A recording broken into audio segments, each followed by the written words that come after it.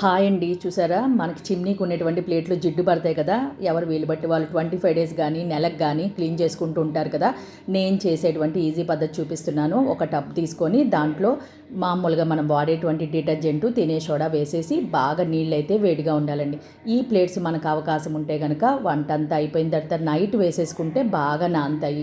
లేదండి మన దగ్గర టైం లేనప్పుడు ఒక 4-5 అవర్స్ అయినా సరే అలా ప్లేట్స్ని బాగా జిడ్డు పట్టు ఉంటాయి కదండి, ఎలా అయినా అవి కనుక దాంట్లో వేసేసి నానపెడితే జిడ్డంతా కూడా తినేస్తుంది. అలా కాకుండా కాస్టిక్ సోడా అని మనకి లభ్యమవుతుందండి. అది ఆన్లైన్లో లభ్యమవుతుందో లేదో నాకైతే ఐడియా లేదు, కానీ మనకి కారు షెడ్లు ఉంటాయి కదా, అవి క్లీన్ చేసేటువంటివి, ఆ షెడ్ల దగ్గర వాళ్ళని మనం అడిగితే గనక డబ్బులకి మనకి ఇస్తారు. అలా కూడా తెచ్చుకొని మనం వాడుకోవచ్చు. చాలా బాగా పోతుంది అదైతే, కాస్టిక్ సోడా అయితే.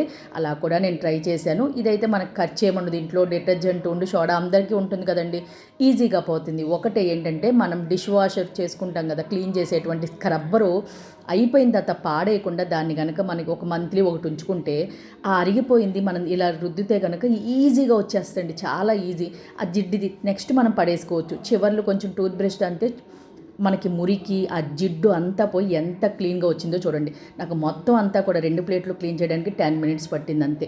ఒకసారి మీరు ట్రై చేసి ఎలా ఉందో నాకైతే కనుక కామెంట్ చేయండి.